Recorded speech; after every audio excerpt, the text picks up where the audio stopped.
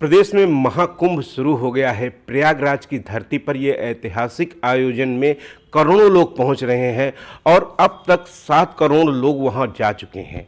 इस बड़े आयोजन को लेकर क्या कुछ आगे की तैयारियां हैं, हमारे साथ मौजूद हैं प्रदेश सरकार के नगर विकास मंत्री ए.के. शर्मा जी। उन्हीं से जानते हैं। अब मौनी अमावस्या का स्नान आने वाला है, किस तरीके की व्यापक तैयारियां हैं आपकी? बहुत ही व्यापक तैयारियां हैं महाकुंभ को लेकर के।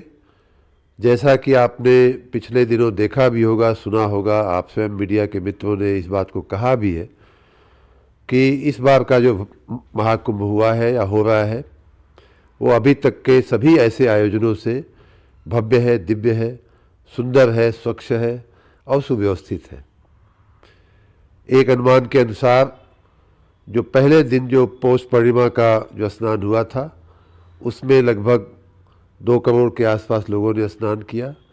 उसके बाद जो पहला शाही स्नान जिसको मकर संक्रांति का स्नान कहते हैं, उस दिन लगभग 3 करोड़ लोगों ने स्नान किया।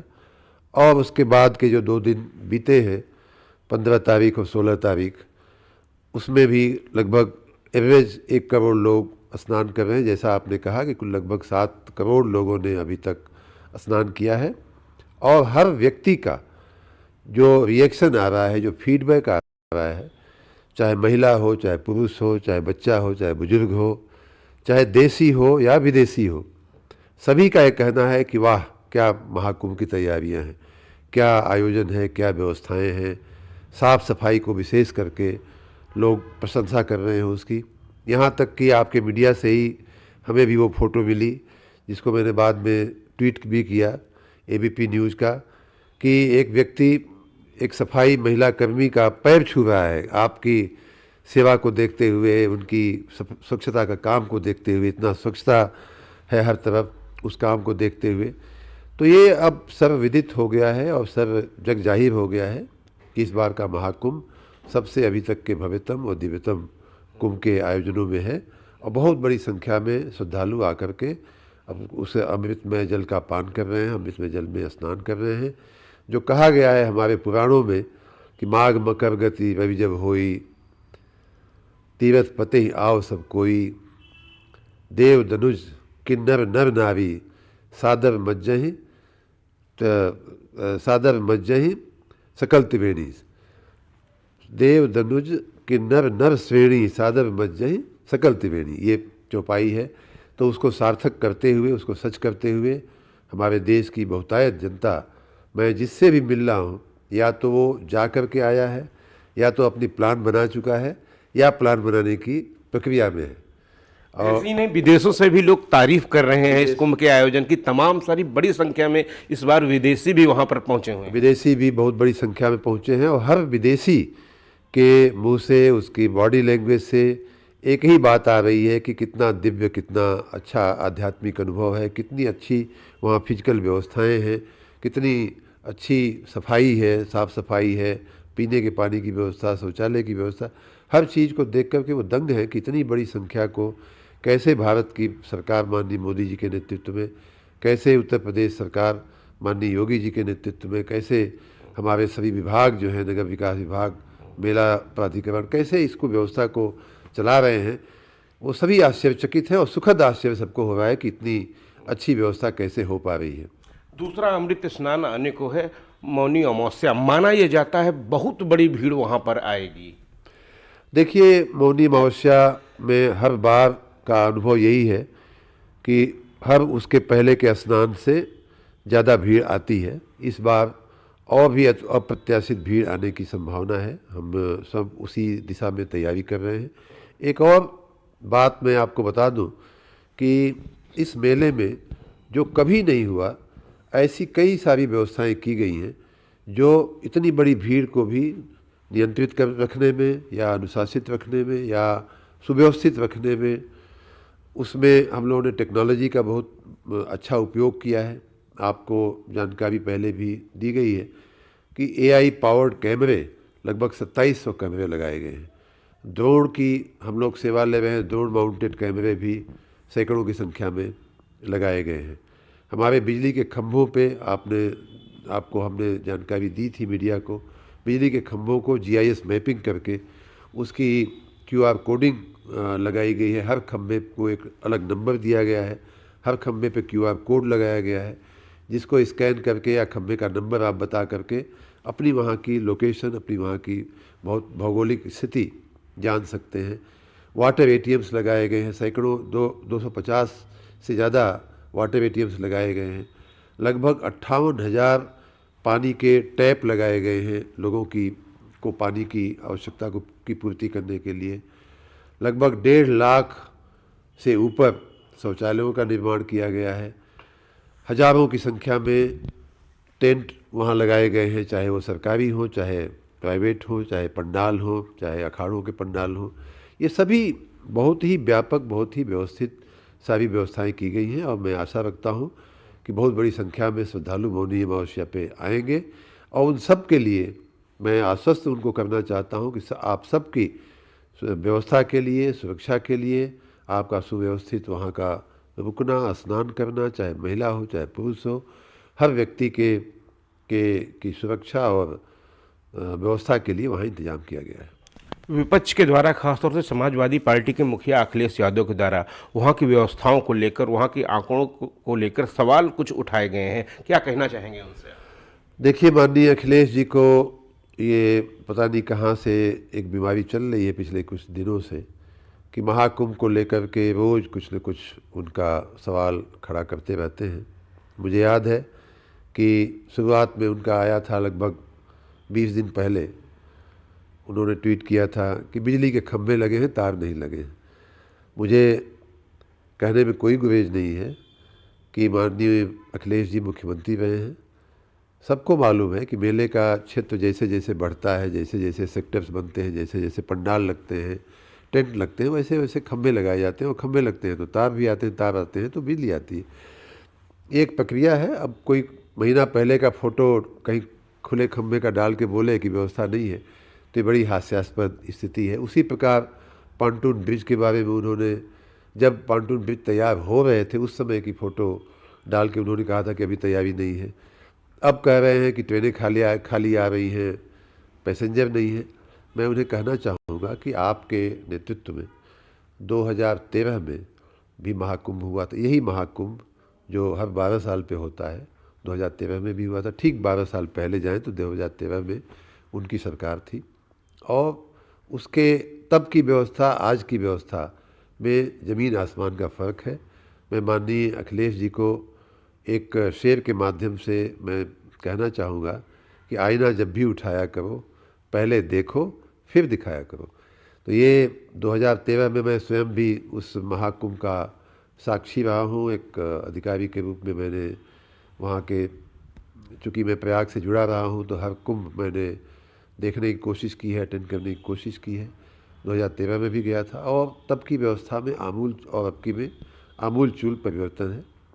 मैं नगर विकास मंत्री बना हूँ तो महाकुंभ जब चल रहा था तो मैंने थोड़े पीछे के महाकुंभ के व्यवस्थाओं के फाइलें भी देखने की कोशिश की और मुझे देख करके आश्चर्य हुआ कि माननीय अखिलेश जी के सरकार में 2013 के महाकुंभ में मात्र 1,000 करोड़ रुपया सरकारी खजाने से खर्च हुआ था और वो भी दोनों सरकारें मिल करके, केंद्र सरकार और राज्य सरकार दोनों ने मिल करके 1,1100 करोड़ रुपए का खर्च हुआ था।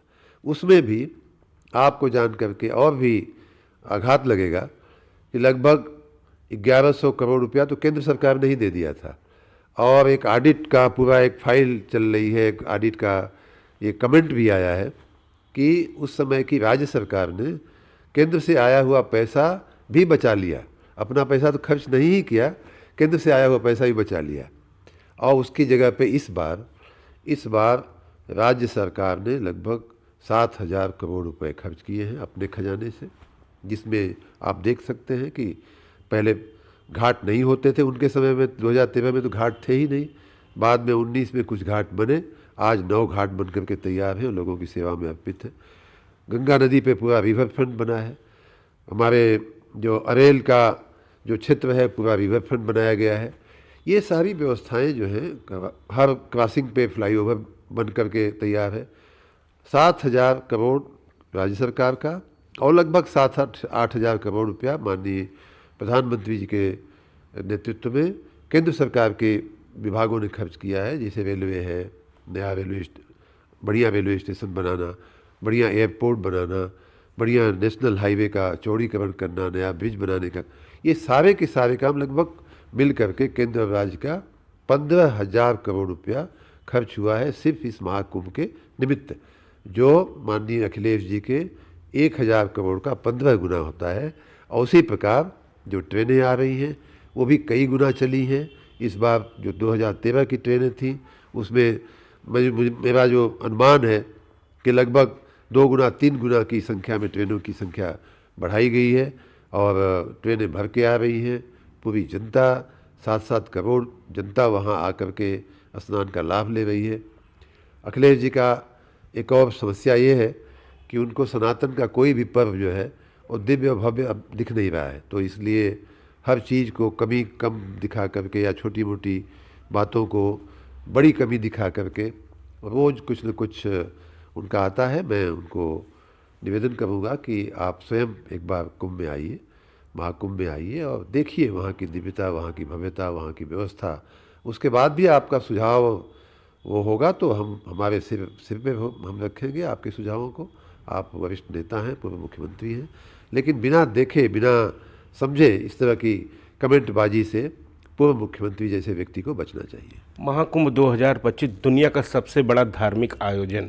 इसमें सनातन को जानने के लिए अगर किसी को जानना है तो वह महाकुंभ की धरती पर जाए, प्रयागराज की धरती पर जाए। क्या कुछ इस बार नए और खास आयोजन किए गए हैं? देखिए, महाकुंभ हमारी भारतीय संस्कृति की एक बहुत ही पुरानी विरासत है और वो इतनी पुरानी, इतनी व्यवस्थित, इतनी सुदृढ़ विरासत है कि वैश्विक संस्थाओं जैसे कि यूनेस्को ने भी उसको इंटेंजिबल वर्ल्ड हेरिटेज मान करके, ऑफ ह्यूमैनिटी मान करके उसको प्रतिष्ठित किया है। हमारे पुराणों में प्रयाग की महिमा तो कही ही गई है। को कही सके प्रयाग प्रभाव कलुष पुंज कुंजर मिगराऊ, ऐसा कह करके गोस्वामी तुलसीदास ने भगवान राम के वहाँ आगमन के समय की चौपाइयाँ कही हैं।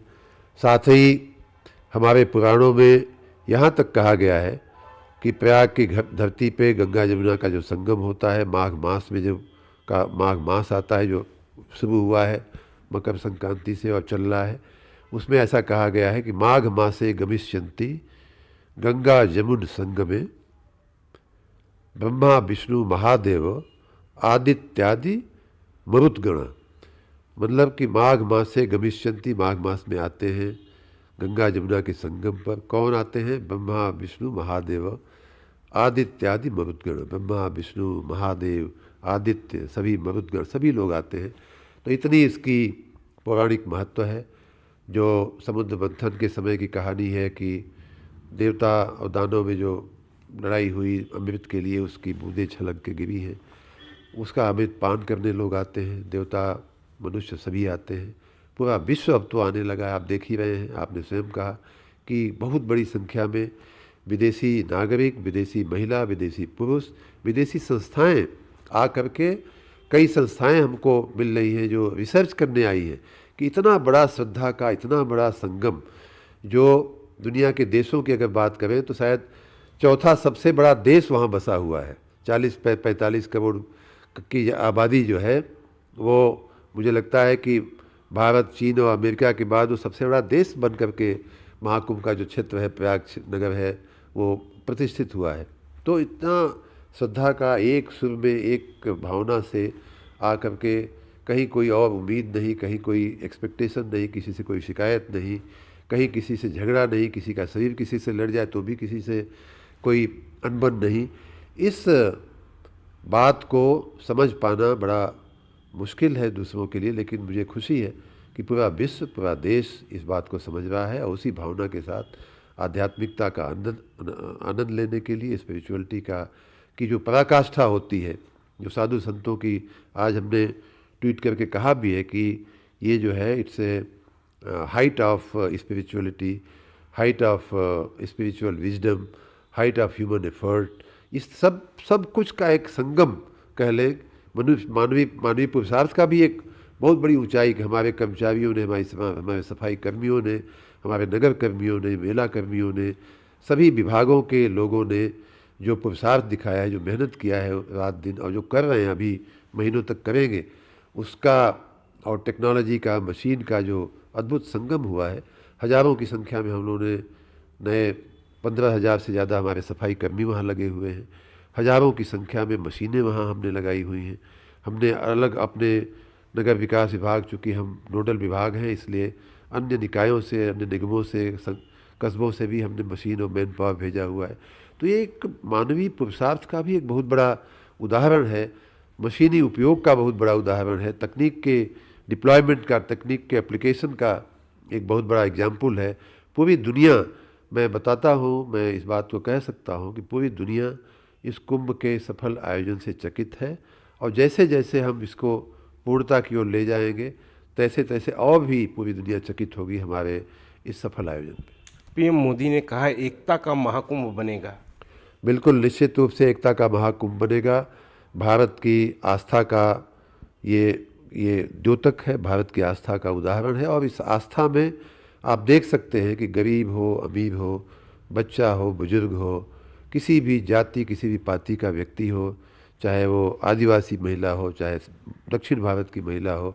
मैं स्वयं कई लोगों से पहले ही दिन मैंने जब उनका स्वागत किया, प्रयाग में जा कर के मैंने मेलार्थियों का स्वागत किया, तो मैं सबसे पूछ रहा था कहाँ से आए हैं। कोई ग्वालियर बता रहा था, कोई बिहार बता रहा था, कोई प्रदेश के दूर दराज के इलाकों का, झांसी का बता रहा था। देश के सभी जगहों से आए हुए लोग उसमें पहले ही दिन की भीड़ में मुझे मिल गए। मुझे कोई झारखंड से आ रहा था। तो इस तरह से पूरे देश का एकता दिखाने वाला और सबकी भावनाओं को एक रखने वाला, एक सुर में पिरोने वाला, एक धागे में पिरोने वाला एक महापर्व है महाकुंभ अपना।